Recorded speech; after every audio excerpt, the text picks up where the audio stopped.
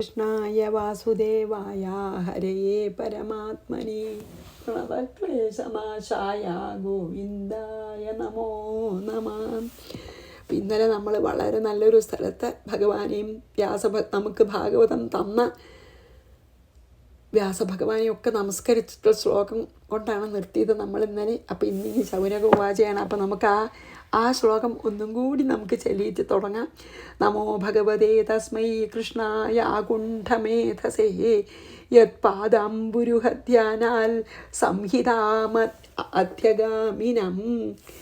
ശൗനക ഉവാച പൈലാദിഭിർവ്യാസശിഷ്യൈർവേദാചാര്യൈർമഹാത്മഭിः വേദാശ്ച കഥിതാവ്യസ്ത ഏതദ് സൗമ്യാഭിധേഹി നഃ. വ്യാസശിഷ്യൈ വ്യാസൻ്റെ ശിഷ്യന്മാരും വേദാചാര്യൈ വേദം പ്രചരിപ്പിച്ചവരും വേദത്തിൻ്റെ ആചാര്യന്മാരും മഹാത്മഭി മഹാത്മാക്കളുമായ പൈലാദിഭി പൈലൻ വൈശമ്പായനൻ അങ്ങനെ ഉണ്ടല്ലോ പൈലാദിഭി പൈലൻ എന്ന മഹർഷിമാരാൽ വേദങ്ങൾ കഥിത എത്രയായിട്ട് വ്യസ്താഹ വിഭജിക്കപ്പെട്ടു. സൗമ്യ ഹേ സാധോ സൂതനോട് പറയാണ് ശൗനകാദി മഹർഷികളെ ഏതത് ഇതിനെ നഹ അഭിദേഹി ഞങ്ങളോട് പറഞ്ഞാലും. അപ്പോൾ എന്താണ് പറയണ വെച്ചാൽ ശൗനക മഹർഷി പറയാണ് അപ്പോൾ സൂത സൗമ്യ അങ്ങനെ വിളിക്കണ വ്യാസശിഷ്യന്മാരും വേദാചാര്യന്മാരുമായിട്ടുള്ള പൈലൻ മുതലായ മഹാത്മാക്കൾ വേദത്തെ എത്രയായിട്ട് വിഭജിച്ചു എന്ന് ഞങ്ങൾക്കൊന്ന് പറഞ്ഞു തരണമേ. അതായത് വ്യാസനാണ് വിഭജിച്ചിട്ട് കൊടുത്തത്. എന്തായാലും നമുക്ക് നോക്കാം. 37 പോവാം. പൈലാദിഭിർ വ്യാസശിഷ്യൈർ വേദാചാര്യൈർ മഹാത്മഭി വേദാശ്ച കഥിതാഭ്യസ്ത ഏത സൗമ്യാഭിധേഹി നഃ. അപ്പം സൂതൻ പറയാണ് അതിന് മറുപടി സൂതൻ പറയും. സൂതവാച 37 സമാഹിതാത്മനോ ബ്രഹ്മണ പരമേഷ്ഠിന ഹൃദ്യാകാശാദഭുന്നാദോ വൃത്തിരോധാദ്വിഭാവ്യതേ. ബ്രഹ്മൻ ഹേ പിന്നെ ശൗനകാദി മഹർഷികളെ സംബോധന ചെയ്യാണ്. ഹേ ബ്രഹ്മജ്ഞാനികളെ സമാഹിതാത്മനഃ അതായത് ഭഗവത് ധ്യാനത്തിൽ മുഴുകിയവനും പരമേഷ്ഠിന ഏറ്റവും ഉത്കൃഷ്ടനും ബ്രഹ്മാവിൻ്റെ ഹൃദയാകാശത്തിൽ നിന്ന് നാദ അഭൂത് നാദം ഉണ്ടായി. വൃത്തിരോധാത് അതായത് വൃത്തികളെ തടസ്സപ്പെടുത്തുന്നത് കൊണ്ട് വിഭാവ്യതയെ അറിയപ്പെടുന്നു. അതായത് വേദത്തിൻ്റെ വിഭജനത്തിനെ പറ്റി പറയുന്നതിന് മുമ്പ് വേദം എങ്ങനെ ഉണ്ടായി എന്നുള്ളതിനെ പറ്റി പറയണം. വേദം എങ്ങനെ ഉണ്ടായതെന്ന് പറയാണ് വേദം വിഭജിക്കണതിന് മുമ്പേ. അപ്പോൾ എങ്ങനെയാണ് വേദം ഉണ്ടായതെന്ന് പറയണം കേട്ടോ ഇതിൽ. എന്നിട്ട് പിന്നെ വേദം എങ്ങനെ വിഭജിച്ചു എന്ന് പറയാൻ വെച്ചിട്ടാണ് സൂതൻ. അതായത് ബ്രഹ്മാവിൻ്റെ ഹൃദയാകാശത്തിൽ നിന്ന് ഒരു ശബ്ദം ഉണ്ടായി, നാദം. അതാണ് നമ്മുടെ കാത് 2 കൈ കൊണ്ട് അടച്ചാൽ ഒരു ശബ്ദം ഉണ്ടാവുമല്ലോ. ആ ശബ്ദം ആ നാദാണത്തെ ബ്രഹ്മാവിൻ്റെ ഹൃദയാകാശത്തിൽ വ്യക്തമായിട്ട് വരാൻ തുടങ്ങിയത്. അങ്ങനെയാണ് പറഞ്ഞത്. സൂതൻ അപ്പോൾ പറയാണ് അല്ലയോ മഹർഷിമാരെ, ഈ ധ്യാനനിഷ്ഠനും ആയിട്ടുള്ള ആ ഉത്കൃഷ്ടനായിട്ടുള്ള അല്ലെങ്കിൽ വളരെ ഭക്തനായിട്ടുള്ള ആ ബ്രഹ്മാവിൻ്റെ ഹൃദയാകാശത്തിൽ നിന്നും ഒരു നാദം ഉണ്ടായി. അതാണപ്പോൾ ഇതിലതേ പറഞ്ഞിട്ടുള്ളൂ. ഹൃദയാകാശാത് അഭൂത് നാദോ വൃത്തിരോധാത് വിഭാവ്യത. അതന്നെയാണ് നമ്മളുടെ ഈ നമ്മളെ 2 ചെവിയും നല്ലോണം അമർത്തി അടച്ചാൽ നമുക്കൊരു ശബ്ദം ഇങ്ങനെ ഉണ്ടാവും. അതാണത്രേ ബ്രഹ്മാവിൻ്റെ ഹൃദയത്തിലുണ്ടായ ശബ്ദം. നമുക്ക് തന്നെ അനുഭവമാണ് കേട്ടോ അതല്ലേ. കുട്ടിക്കാലത്തൊക്കെ ഒരുപാട് നമ്മളങ്ങനെ നോക്കിയിട്ടുണ്ടായ ശബ്ദം കേൾക്കുന്നുണ്ടെന്ന്. അതാണത്രേ ആ ശബ്ദമാണ് ഹൃദയാകാശത്തിലുണ്ടായതെന്നാണ് പറയണത്. നമ്മുടെ ഞാൻ കൂടി നോക്കി ശരിയാണ്, ഒരു പ്രത്യേക ശബ്ദം ഉണ്ടാവും. അതാണ് ഉണ്ടായത്.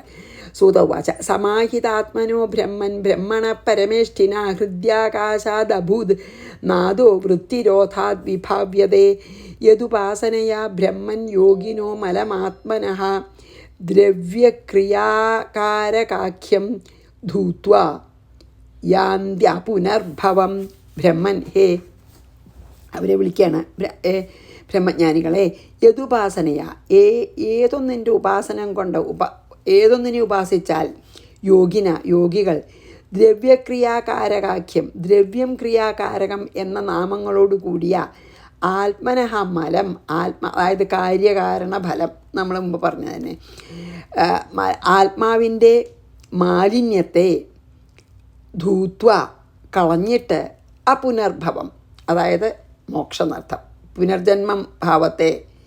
പുനർജന്മത്തിൻ്റെ അഭാവത്തെ, ആ പുനർഭവച്ച എന്താ, പുനർജന്മം ഇല്ലായ്മയെ പ്രാപിക്കുന്നു. എന്താണ് പറഞ്ഞു വെച്ചാൽ, ആ ഏത് നാദത്തെ ഉപാസിച്ചാലാണ് യോഗീശ്വരന്മാർ ഈ നമ്മുടെ മനസ്സിൻ്റെ മാലിന്യങ്ങളെ എല്ലാം നശിപ്പിച്ച് പുനരാവൃത്തിരഹിതമായ മോക്ഷത്തെ പ്രാപിക്കുന്നത്, ആ നാദത്തിൽ നിന്നും ആണ് വേദം ഉണ്ടായതെന്ന് പറയാണ്. അതാണിപ്പോൾ ഇതിൽ പറയണത്. എന്താണ് ഇപ്പോൾ സമാഹിതാത്മയ അല്ലേ, അതായത് ഈ ഹൃദയാകാശത്തിൽ നിന്ന് പറഞ്ഞു. എന്നിട്ട് പിന്നെന്താ, ഈ ഹൃദയാകാശത്തിന് ബ്രഹ്മാവിൻ്റെ ഹൃദയാകാശത്തിൽ ശബ്ദമാണെന്ന് പറഞ്ഞു. എന്നിട്ട് പിന്നെ എന്താ പറഞ്ഞ വെച്ചാൽ, ഹേ ബ്രാഹ്മണരെ, ആ നാദത്തെ ഭഗവാനെന്നായിട്ട്, അതായത് നാദബ്രഹ്മമായിട്ട്, ഇപ്പം പറഞ്ഞില്ല, ആ നാദത്തെ നാദബ്രഹ്മമായി ധ്യാനിച്ച് ഉപാസിക്കുന്ന യോഗീശ്വരന്മാർ ഈ ആധ്യാത്മികവും ആദിഭൗതികവും ആദിദൈവികവുമായിട്ടുള്ള മനസ്സിൻ്റെ എല്ലാ മാലിന്യങ്ങളെയും നശിപ്പിച്ച് പുനരാവൃത്തിരഹിതമായ മോക്ഷത്തെ പ്രാപിക്കുന്നു. ഈ ബ്രഹ്മാവിൻ്റെ ഹൃദയാകാശത്തിൽ പുറപ്പെട്ടു പറഞ്ഞില്ലേ, ആ നാദത്തിന് തന്നെയാണ് വലിയ വലിയ യോഗീശ്വരന്മാർ നാദബ്രഹ്മമായിട്ട് കണ്ട് സങ്കല്പിച്ച് പിന്നെ ഉപാസന അല്ലെങ്കിൽ ധ്യാനിച്ച് അവർ മനസ്സിൻ്റെ, അതിനെ ധ്യാനിച്ചാൽ മനസ്സിൻ്റെ എല്ലാ മാലിന്യങ്ങളും മാറുന്നർത്ഥം. അങ്ങനെയാണ് യോഗീശ്വരന്മാർ ഈ നാദബ്രഹ്മത്തിനെ തന്നെ ധ്യാനിച്ച് മനസ്സിൻ്റെ ആധ്യാത്മികവും ആദിഭൗതികവും ആദിദൈവികമായിട്ടുള്ള മനസ്സിലത്തെ എല്ലാ മാലിന്യങ്ങളെയും മാറ്റി അവർ ആ യോഗീശ്വരന്മാരെ പുനരാവൃത്തിരഹിതമായ മോക്ഷത്തെ പ്രാപിക്കുന്നു എന്നാണ് പറഞ്ഞത്. അത് ആ ശബ്ദബ്രഹ്മത്തിനെ ധ്യാനിച്ചിട്ടാണ് പല വലിയ യോഗീശ്വരന്മാരും മോക്ഷത്തെ പ്രാപിക്കുന്നത്. യദുപാസനയാ ബ്രഹ്മൻ യോഗിനോ മലമാത്മന, അതാണ് ആത്മാച്ച മനസ്സിലത്തെ മലം ചാൽ മാലിന്യങ്ങളെ അകറ്റിയിട്ടേ ദിവ്യക്രിയാകാരകാഖ്യം, അതായത് ഈ ആധ്യാത്മികവും ആദിഭൗതികവും ദൈവികമായിട്ടുള്ള എല്ലാ മാലിന്യങ്ങളെയും അർത്ഥം. ധൂത്വ യാന്ത്യ പുനർഭവം, അപുനർഭവം എന്താ, പുനർജന്മമില്ലാത്ത, പുനർജന്മത്തിൻ്റെ അഭാവമുള്ള എന്താ, മോക്ഷം എന്നർത്ഥം. തഥോഭൂത് ത്രിവൃതോങ്കാരോ അല്ലേ, തഥോഭൂത് ത്രിവൃതോങ്കാരോ യോ അവ്യക്ത അതാണ് യോ വ്യക്തപ്രഭവ സ്വരാട് യർത്തലിംഗം ഭഗവതോ ബ്രഹ്മണ പരമാത്മന തഥ.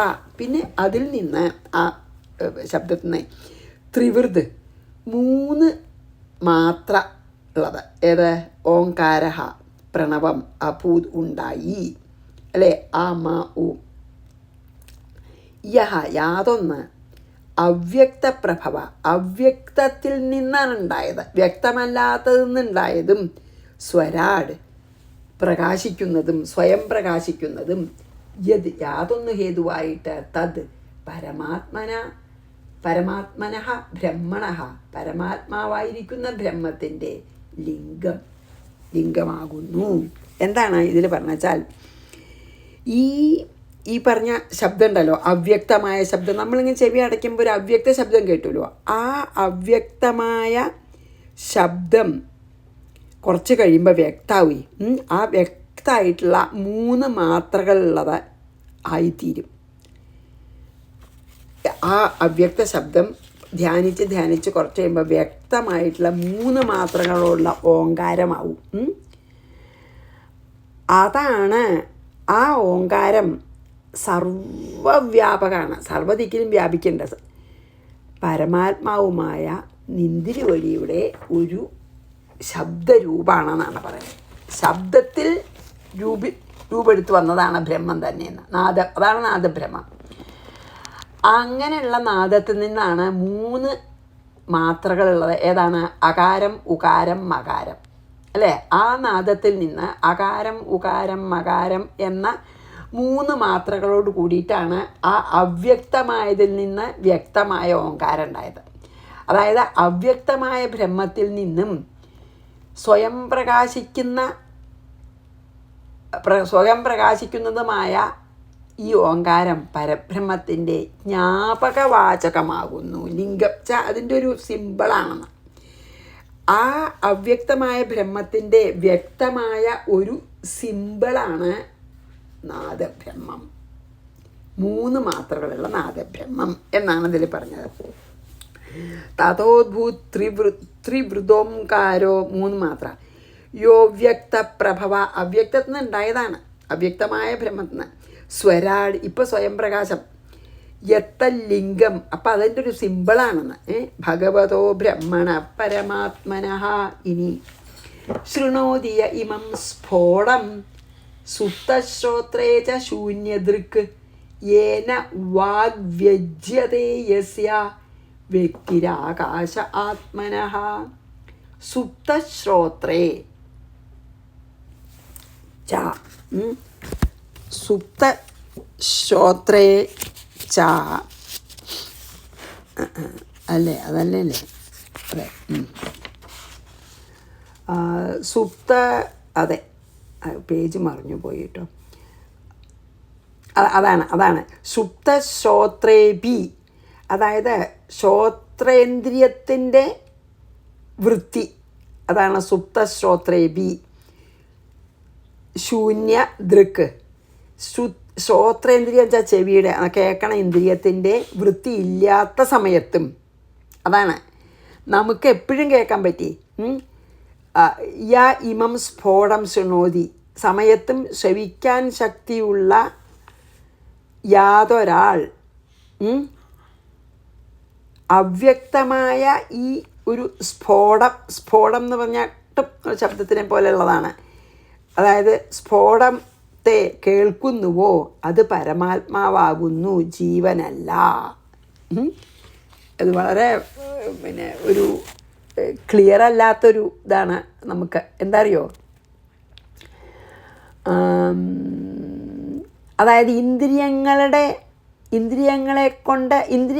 സഹായം ഇല്ലാതെ ഈ ഓങ്കാരത്തെ കേൾക്കുന്നവനാണ് പരമാത്മാവ്. അപ്പം നമുക്കൊക്കെ ഇന്ദ്രിയം ഉണ്ടെങ്കിലല്ലേ കേൾക്കുള്ളൂ. ആ ബ്രഹ്മത്തിന് ഇന്ദ്രിയങ്ങൾക്കൊക്കെ അതീതനാണല്ലോ ബ്രഹ്മം. ഇന്ദ്രിയാതീതനായിട്ടുള്ള ആത്മാവിന്, നമ്മുടെ ആത്മാവിനും, നമ്മുടെ ഉള്ളിലത്തെ പരമചൈതന്യമായി നിൽക്കുന്ന ആത്മാവിന് ഇന്ദ്രിയങ്ങൾക്ക് അതീതനാണ് ആ ആത്മാവ്. പക്ഷെ ഇന്ദ്രിയങ്ങളില്ലാതെ ഈ ഓങ്കാരം കേൾക്കാൻ പറ്റുന്ന ശക്തിയാണ് ആത്മാവ്. നമ്മളിപ്പോൾ ഞാൻ എന്ന് പറയുന്ന ഈ ദേഹാഭിമാനിക്ക് ഇന്ദ്രിയങ്ങളുണ്ടെങ്കിൽ എന്ത് ശബ്ദവും കേൾക്കുള്ളൂ. പക്ഷെ നമ്മുടെ ചൈതന്യമായി വർത്തിക്കുന്ന ആത്മാവ് ഇന്ദ്രിയാതീതനാണ്. പക്ഷേ ആ ഇന്ദ്രിയാതീതനായിട്ടുള്ള ആത്മാവിന് ഈ സ്ഫോടം, ഈ ഓംകാരം കേൾക്കാം. അതാണ് ഇതിൽ പറയണത്. ഇന്ദ്രിയങ്ങളുടെ സഹായം ഇല്ലാണ്ട് തന്നെ ഈ ഓങ്കാരത്തിനെ ശ്രവിക്കുന്ന ശക്തിയാണ് പരമാത്മാവ്. ജീവന് ഇന്ദ്രിയങ്ങൾ കൂടിയല്ലേ പറ്റുള്ളൂ. അതാണിതിൽ വളരെ ഇതായിട്ട് പറഞ്ഞത് കേട്ടോ. അത്ഭുതമല്ലേ അത്? അതായത് ഇപ്പം ഏതാ നമ്മൾ വായിച്ചത്? അതന്നെ. ഈ പരമാത്മാവിനെ ജീവാത്മാവിൽ നിന്ന് എങ്ങനെ വേർതിരിച്ചറിയാം എന്നാണ് അപ്പോൾ ഇതിൽ പറയണത്. ഏതൊരു ഈ ഓങ്കാരം എപ്പോഴും ഹൃദയത്തിൽ വിളങ്ങുന്നുവോ, ഈ ഈ ഓങ്കാരമാകുന്ന ബീജത്തിൽ നിന്ന് ശബ്ദബ്രഹ്മം ലോകത്തിൽ വിളങ്ങുന്നുവോ, ഈ ഓങ്കാരത്തെ ഇന്ദ്രിയങ്ങളില്ലാതിരിക്കുമ്പോഴും ഏതൊരുവൻ അറിയുന്നുവോ അതാണ് പരമാത്മാവ്. ഇന്ദ്രിയങ്ങളില്ലെങ്കിലും ഓങ്കാരത്തിനെ അറിയുന്ന ആളാണ് പരമാത്മാവ്. ജീവനോ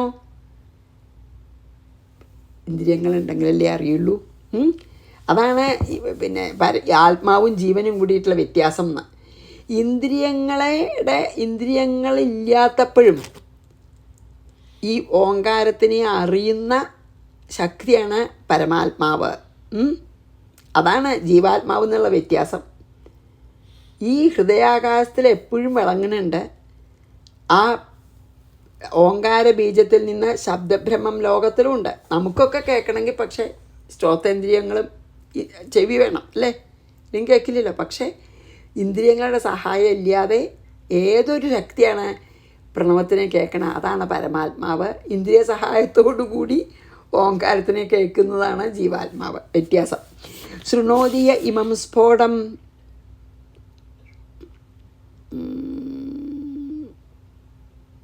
അതായത് നോക്കൂ, ഉറക്കത്തിൽ ഇപ്പം നമ്മൾ അതെന്ത് ശരിയായിട്ടുള്ളത് അറിയോ, ഉറക്കത്തിൽ നമ്മൾ ഒന്നും അറിയില്ലല്ലോ. നമ്മൾ കംപ്ലീറ്റ്ലി നമ്മൾ ആരാന്നും കൂടി മനസ്സിലയച്ച് നമ്മൾ സുഷുപ്തിയിലാണ് പറഞ്ഞത് കേട്ടോ. ഡീപ്പ് സ്ലീപ്പിൽ നമ്മളൊന്നും അറിയില്ല. പക്ഷെ വല്ലവരും വിളിച്ചാൽ അത് എത്ര നല്ലതായിട്ട് എനിക്ക് തോന്നിയറിയോ. വല്ലവരും വിളിച്ചാൽ നമ്മൾ ഉണരുന്നില്ലേ.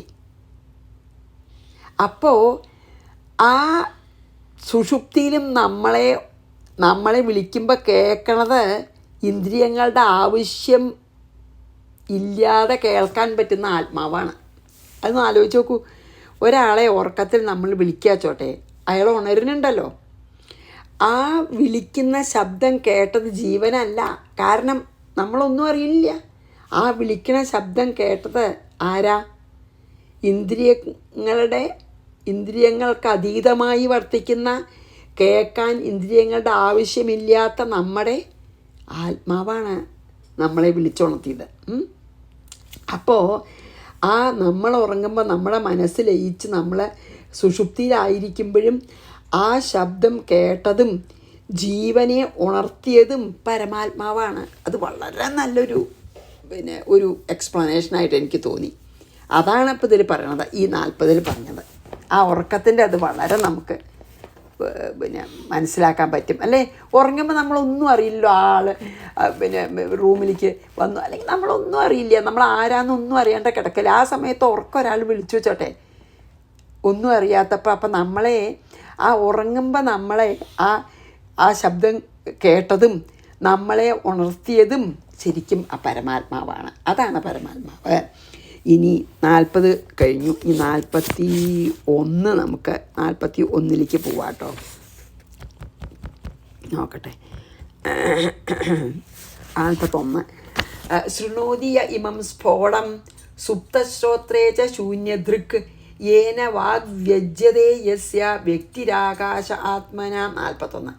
സ്വധാംനോ ബ്രഹ്മണ സാക്ഷാത് വാചക പരമാത്മനഃ സർവമന്ത്രോപനിഷദ്വേദബീജം സനാതനം. സ്വധാംന തൻ്റെ ആ അധിഷ്ഠാനമായും പരമാത്മാവുമായിരിക്കുന്ന, നമ്മുടെ ആശ്രയം അല്ലെങ്കിൽ പരമാത്മാവുമായിരിക്കുന്ന ബ്രഹ്മത്തിൻ്റെ സാക്ഷാൽ സാക്ഷാത്തായ വാചകവും സർവമന്ത്രങ്ങളുടെയും രഹസ്യവും വേദങ്ങളുടെ ബീജവുമായ സഹ അത് സനാതനം ഒരിക്കലും നശിക്കാത്തതാവുന്നു. ആ പ്രണവം പറയുകയാണല്ലോ അപ്പോൾ ഇദ്ദേഹം ചെയ്യണത്. അപ്പോൾ ഇനി എന്താണ് പറയുന്നത് വെച്ചാൽ ഈ അതെ പ്രണവത്തിൻ്റെ തന്നെ ഈ ഓങ്കാരം, നമ്മൾ കേൾക്കണ ഓങ്കാരത്തിൻ്റെ തന്നെ ആശ്രയവും പരമാത്മാവുമായ, പറഞ്ഞില്ലേ അതിന് ഇന്ദ്രിയങ്ങളില്ലാതെ കേൾക്കാമെന്നേ. അങ്ങനെ അപ്പം ആ അവ്യക്തമായിട്ടുള്ള ബ്രഹ്മം എന്നർത്ഥം. അതായത് പ്രണവത്തിൻ്റെ ആശ്രയവും പരമാത്മാവുമായ ബ്രഹ്മത്തെ ബോധിപ്പിക്കുന്ന, അതിനെ നമുക്ക് മനസ്സിലാക്കി തരാൻ ഉപയോഗിക്കുന്ന വാക്കുകളും സർവമന്ത്രങ്ങളുടെയും സൂക്ഷ്മരൂപവും വേദങ്ങളുടെ ബീജവും സനാതനവും എന്നും ഉള്ളതും ആണ് ഏത്? ഈ ഓങ്കാരം. ഓങ്കാരത്തിൻ്റെ ഡെഫിനിഷനാണ് ഇപ്പോൾ പറഞ്ഞത്. എന്താണ് പറഞ്ഞ ഓങ്കാരത്തിൻ്റെ ഡെഫിനിഷൻ? ഇപ്പം നമുക്ക് കേൾക്കുന്നുണ്ടല്ലോ ഓങ്കാരം. ആ ഓങ്കാരത്തിൻ്റെ ആശ്രയവും പരമാത്മാവും, നമ്മൾ പറഞ്ഞൂല്ലോ പരമാത്മാവാണെന്ന്. ആ ഓങ്കാരത്തിൻ്റെ ആശ്രയം പരമാത്മാവിൻ്റെ ശബ്ദമാണ് നമ്മൾ ചെവിയിൽ കേട്ടത്. ആര്? ബ്രഹ്മാവ്. അത് വ്യക്തമായി വന്നതാണല്ലോ ഓങ്കാരം. അതുകൊണ്ട് ആ ഓങ്കാരത്തിൻ്റെ അല്ലെങ്കിൽ പ്രണവത്തിൻ്റെ ആശ്രയവും പരമാത്മാവും ആയ ബ്രഹ്മത്തിനെ മനസ്സിലാക്കി തരാൻ ഉപയോഗിക്കുന്ന ആ പ്രണവവും നമുക്ക് ഇതാണ് ബ്രഹ്മം എന്നിപ്പോൾ പറഞ്ഞു തരുന്നുണ്ടല്ലോ, ശബ്ദബ്രഹ്മം എന്ന്. അങ്ങനെ ആ ബ്രഹ്മത്തിനെ മനസ്സിലാക്കാൻ സഹായിക്കുന്ന വാചകവും എന്ന് പറഞ്ഞാൽ ബോധിപ്പിക്കുന്ന ആ പ്രണവം സർവമന്ത്രങ്ങളുടെയും, അതായത് നമുക്ക് മനസ്സിലാക്കി തരാൻ ഉപയോഗിക്കുന്ന ശബ്ദങ്ങളും ശബ്ദത്തിൻ്റെയും ആ ശബ്ദത്തിൻ്റെ അമ്മയാണ് പ്രണവം, അല്ലേ? ശബ്ദത്തിൻ്റെയും കൂടി അമ്മയാണ്. ആ പ്രണവമാണ് ഓങ്കാരാണ് സർവമന്ത്രങ്ങളുടെയും മൂലവും ബീജം. സർവമന്ത്രങ്ങളുടെയും ബീജവും സർവവേദങ്ങളുടെയും ഉൽപ്പത്തിക്ക് കാരണവും ഒക്കെ ആ ഓങ്കാരാണ്. മാത്രമല്ല ആ ഓങ്കാര സ്വരൂപം സനാതന ബ്രഹ്മം തന്നെയാണ് ഓങ്കാരം എന്നാണ് പറഞ്ഞത്. അപ്പോൾ നമുക്കിന്ന് ഒന്നും കൂടിയും ചെയ്യാൻ തോന്നുന്നുണ്ട്. സ്വധാംനോ ബ്രഹ്മണ സാക്ഷാത് വാചക പരമാത്മന സ സർവമന്ത്രോപനിഷദ് വേദബീജം സനാതനം, അല്ലേ? അതായത് പിന്നെ ആ പ്രണവാണ്, പ്രണവത്തിൻ്റെ ആശ്രയവും എല്ലാ ദിക്കിലും വ്യാപിച്ചിരിക്കുന്നതുമായ പരമാത്മാവിൻ്റെ സാക്ഷാൽ വാചകം ആ പ്രണവാണ്. എല്ലാ മന്ത്രങ്ങളുടെയും സൂക്ഷ്മരൂപമാണ്. അതുകൊണ്ട് തന്നെ വേദങ്ങളുടെ എല്ലാം ബീജം എന്നും പറയും. ഓങ്കാരത്തിനെ ബീജം എന്നും പറയും, വേദങ്ങളുടെ ബീജമാണെന്ന് പറയും. മാത്രമല്ല എപ്പോഴും അത് സനാതനവുമാണ് എന്ന് പറഞ്ഞു, അല്ലേ? ഇനി 43. തതോക്ഷരസാമ്നായ മസൃജത് ഭഗവാൻ അജഹ അന്തസ്തോഷ്മസ്വരസ്പർശ ഹസ്വദീർഘാദില അല്ലല്ല നമ്മൾ 42 വായിക്കണ്ട. തസ്യ ഹ്യാംസംസ്ത്രയോ വർണ്ണ അകാരാദ്യ ഭൃഗുദ്വഹ ധാര്യന്തേ യൈസ്ത്രയോ ഭാവ ഗുണനാമാർത്ഥവൃത്തയ ഭൃഗുദ്വഹ. ഹേ ഭൃഗുശ്രേഷ്ഠ, ഇവര് ശൗനകനോട് പറയണല്ലോ. തസ്യ അതിന് അകാരാദ്യാഹ അകാരം തുടങ്ങിയ ത്രയാഹ വർണ്ണ, പറഞ്ഞില്ലേ? അകാരം ഉകാരം മകാരം വർണ്ണ 3 വർണ്ണങ്ങൾ ഉണ്ട് ഓങ്കാരത്തിന്. യൈഹി യാതൊന്നുകളാൽ ഗുണനാമാർത്ഥവൃത്തയ ഗുണങ്ങൾ നാമങ്ങൾ അർത്ഥങ്ങൾ ഇവയുടെ വൃത്തികൾ എന്ന ത്രയഃ ഭാവാഹ 3 ഭാവങ്ങൾ ധാര്യതേ ധരിക്കപ്പെടുന്നു. അപ്പോൾ എന്താ പറഞ്ഞാൽ ഈ സനാതനാണ് ഓങ്കാരം എന്ന് കഴിഞ്ഞാൽ പറഞ്ഞല്ലോ. അപ്പോൾ അല്ലയോ മഹർഷിമാരെ, ആ ഓങ്കാരത്തിന് ആ ഉ മ എന്ന 3 മാത്രകളെന്നോ വർണ്ണങ്ങളൊക്കെ ഉണ്ട്. ആ ഊമ ആ മാത്രകൾ സത്വ രജ സ്തമസ് എന്ന 3 ഗുണങ്ങൾക്കും ഋഗ്വേദം യജുർവേദം സാമവേദം എന്ന വേദത്രയത്തിനും പിന്നെയോ ഭൂലോകം ഭുവർലോകം സ്വർലോകം എന്നിവയ്ക്കും പിന്നെ 3 അവസ്ഥകൾക്കൊക്കെ ആശ്രയമാണെന്ന് പറയുന്നുണ്ട്. അത് ഇനി അടുത്തതിലൊക്കെയാണ് കേട്ടോ പറയണത്. ഇതിൽ പിന്നെ അത്ര എന്നാലും ഈ 3ആയിട്ടുള്ള പലതിനും ആശ്രയമാണ്. ഓങ്കാരത്തിൽ നിന്നാണ് ഈ പ്രപഞ്ചം മുഴുവൻ ഉണ്ടായത്. അത് നമ്മൾ മറ്റതിലും കണ്ടുല്ലോ, താമസാഹങ്കാരത്തിന് ആദ്യം ശബ്ദം പിന്നെ ആകാശം, അല്ലേ? അങ്ങനെയല്ലേ ഉണ്ടായത്. അപ്പോൾ പറയണേ, ഹേ മുനിമാരെ, ഓങ്കാരത്തിൽ നിന്ന് ഈ അകാരം ഉകാരം മകാരം എന്ന 3 വർണ്ണങ്ങൾ ഉണ്ടായി. ആ 3 വർണ്ണങ്ങൾ അല്ലെങ്കിൽ ആ 3 വർണ്ണങ്ങൾ ചേർന്നതാണ്. ആ 3 വർണ്ണങ്ങൾ എന്തിനാണ് പല പല പല കാര്യങ്ങളെയും പ്രതിനിധാനം ചെയ്യുന്നുണ്ട്. എന്താ അറിയോ? സത്വഗുണം രജോ ഗുണം തമോ ഗുണം ആ 3 ഋഗ്വേദം യജുർവേദം സാമവേദം അതിനെ പിന്നെ ഭൂർലോകം ഭുവർലോകം സ്വർഗലോകം, അതായത് ഭൂമി മുകളിലെ ലോകങ്ങൾ താഴത്തെ ലോകങ്ങൾ, അതാണ് 3 ത്രിലോകം. അതാണല്ലോ, 1 ഭൂമി, ഭൂമിയുടെ മുകളിലുള്ള 6 ഭൂമിയുടെ താഴെയുള്ള 7, അതാണ് 3 ലോകങ്ങൾ. പിന്നെയോ നമ്മുടെ മൂന്നവസ്ഥ, ജാഗ്രത, സ്വപ്നം, സുഷുപ്തി എന്ന മൂന്നവസ്ഥകളുടെയും ഒക്കെ ആശ്രയമാണ്. ഒക്കെ ഓങ്കാരത്തിൽ നിന്ന് ഉണ്ടായതാണ് ഈ പറഞ്ഞതൊക്കെ. അപ്പോൾ ഓങ്കാരം തന്നെയാണ് വേദത്തിൻ്റെ ബീജം എന്ന് മാത്രമല്ല, ഈ ജഗത്തിൻ്റെ ബീജവും ആണ് ഓങ്കാരം. അതാണ് ഇതിൽ പറഞ്ഞത്. ആ 3 വർണ്ണങ്ങളുണ്ടല്ലോ, അകാരവും ഉകാരവും മകാരവും, അത് ഈ 3ആയിട്ട് പറയപ്പെടുന്ന പല സാധനങ്ങളും സത്വരജസ്തമോ ഗുണങ്ങൾ, ഋഗ്വേദം, യജുർവേദം, സാമവേദം, അഥർവവേദം അത്ര പ്രധാനമായിട്ട് പറയില്ലല്ലോ. പിന്നെയോ 3 ലോകങ്ങൾ അല്ലേ, പിന്നെ 3 നമ്മളെ അവസ്ഥകൾ, ജാഗ്രത, സ്വപ്നം, സുഷുപ്തി. ഇതിൻ്റെ മുഴുവൻ ആശ്രയമായിട്ടുള്ളത് ഏതാണ്? ഈ പ്രണവമാണ് എന്ന് പറഞ്ഞ് നമുക്ക് ഇന്ന് ഇവിടെ നിർത്താം. തസ്യ ഹ്യാംസംസ്ത്രയോ വർണ്ണ അകാരാദ്യ ഭൃഗുദ്വഹ ധാര്യന്തേ യൈസ്ത്രയോ ഭാവ ഗുണാനാമാർത്ഥവൃത്തയഃ. ശ്രീകൃഷ്ണാർപ്പണമസ്തു. സർവത്ര ഗോവിന്ദനാമ സങ്കീർത്തനം. ഗോവിന്ദ ഗോവിന്ദ.